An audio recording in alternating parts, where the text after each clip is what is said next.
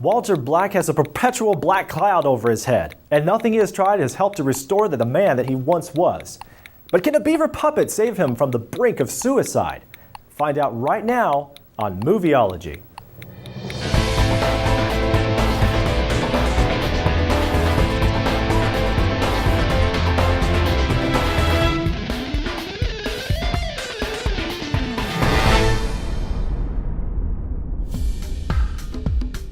Walter Black is a miserable man. In spite of being an above-average husband, father, and businessman, he cannot overcome depression, which he's tried to lick with every imaginable self-help technique.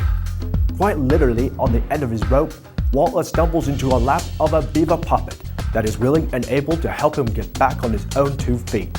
All seems to be on the rebound as Walter spends time with his son, meets the needs of his wife, and turns things around for the toy business.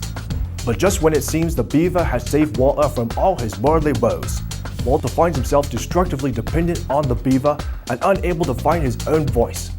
The Beaver stars Mel Gibson, Jodie Foster, and Anton Yelchin, was written by Kyle Killen and was directed by Jodie Foster.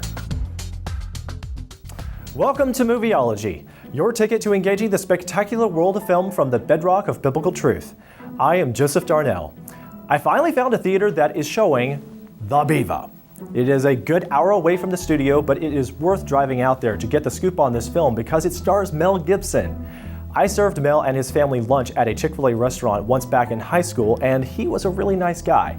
A lot shorter than I was expecting, somewhere in here. But anyway, since then I've taken a closer look at his films. He made this one movie about the crucifixion. You've probably heard about it. So yeah, I thought this movie might matter to fans of Mel and hopefully people like you. Mel has botched up his life and this is regrettable, but hopefully in years to come he can work at his failings and get back to some great filmmaking. For now, here is my review of The Beaver.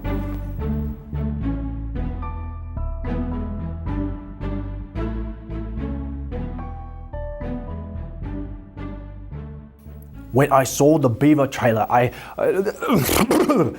gotta get that voice out of my head. When I saw the Beaver trailer, I didn't know what to expect. The premise is far-fetched. A man trying to overcome depression with a beaver puppet that when all else has failed him. The serious meets the not so serious. At best, I just hoped that this would be a decent dramedy, where comedic elements are derived from character and plot development. Regrettably, the Beaver has very little humor. If it had, it could have been something like the classic movie Harvey with Jimmy Stewart. In Harvey, Jimmy plays Elwood, a man that finds friendship with an imaginary rabbit that's 6 foot 3.5 inches tall. That's about here. Anyway, because Elwood's behavior seems nuts, his family tries to have him committed, and this is where the comedy is unleashed. The Beaver, however, apart from a few sarcastic remarks from the puppet, is true to the characteristics of real-world depression and self-destruction. Since Beaver is melodramatic, it is critical for the movie to work in the performance of Walter and the Beaver. Surprisingly, this is a high mark for the movie. Gibson does a great job playing this very unbelievable premise. Where Beaver fails is not with this plot development, but in secondary ones. Walter's son Porter is beginning a new relationship with a girl in school. This sub-story doesn't live up to the dramatic appeal of Walter's struggle. Then there is this lack of believable events surrounding Walter's toy company named Jericho, which I believe is a play on the name of the city Jericho from the Bible. The employees are kidding themselves to trust a man that uses a beaver puppet to lead them. The movie does a great job, however, of demonstrating a man at his all-time low. Walter's inner demons cannot be defeated by his willpower. He's turned to sleep and alcoholism to drown out his woes when all else designed to help such depression fails him. Walter recognizes that he cannot be helped by psychotherapy, antidepressants, or self-help books. But other characters are depressed too. Existentially, they wonder why bad things happen. Walter's son Porter fears he is doomed to lifelong failure because he has his father's tendencies. The movie makes a strong case for why we should all just give up and die. This argument in favor of spiritual defeat that the film makes led me to believe that, what with all the depressive subject matter, The film deserved an equally powerful positive theme of redemption and victory over such misery by the end of the film. But according to the Beaver's protagonists, the only thing that we have holding us back from insanity is our reliance on each other. Comfort and support from loved ones is our only salvation. The Beaver depicts a spiritual need resolved by emotional fulfillment. Needless to say, this superficial love conquers all message didn't work.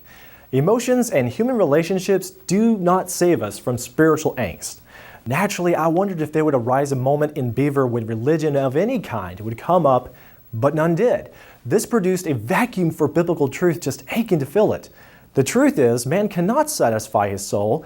Our sin nature does defeat us, and we need Jesus Christ to live through us to overcome the depressive qualities of this sinful, cursed world. Now let's take a moment to thank our sponsor. American Vision has been dedicated to restoring America's biblical foundation since 1978.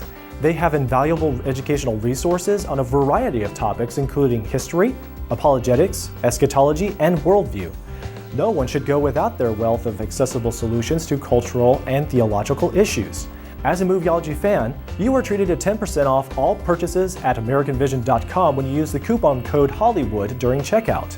American Vision has made a great difference in my own life, so I personally recommend this ministry to you. Check them out at AmericanVision.com. So one more thing. The Beaver backs itself into a corner. On the one hand, the puppet works well as a plot device, but there does come a breakdown. One wonders for a while if Walter has a split personality.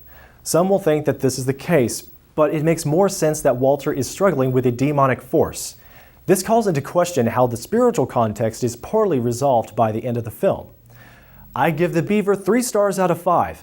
It has some aspects that lift it above mediocrity and make it enjoyable to watch, but I only recommend it if you're someone that just loves independent dramas or you're a follower of Gibson's career.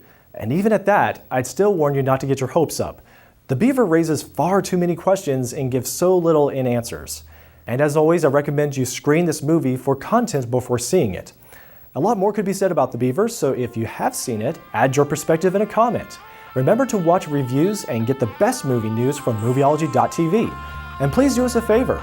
Share Movieology with your friends and family that like to discuss movies.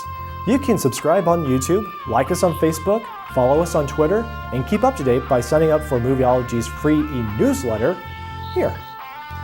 I'm Joseph Darnell. Until next time, thank you for watching Movieology.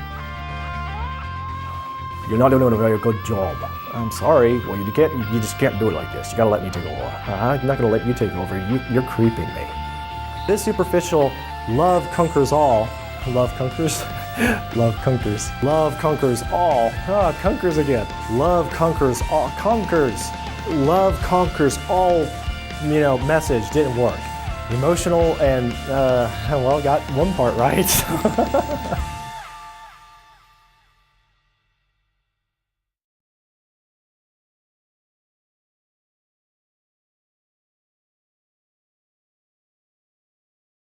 You cannot overcome depression, which he's tried to lick with every... This is stupid, isn't it? This isn't working. I'm no good at Cockney accents. Give it a try.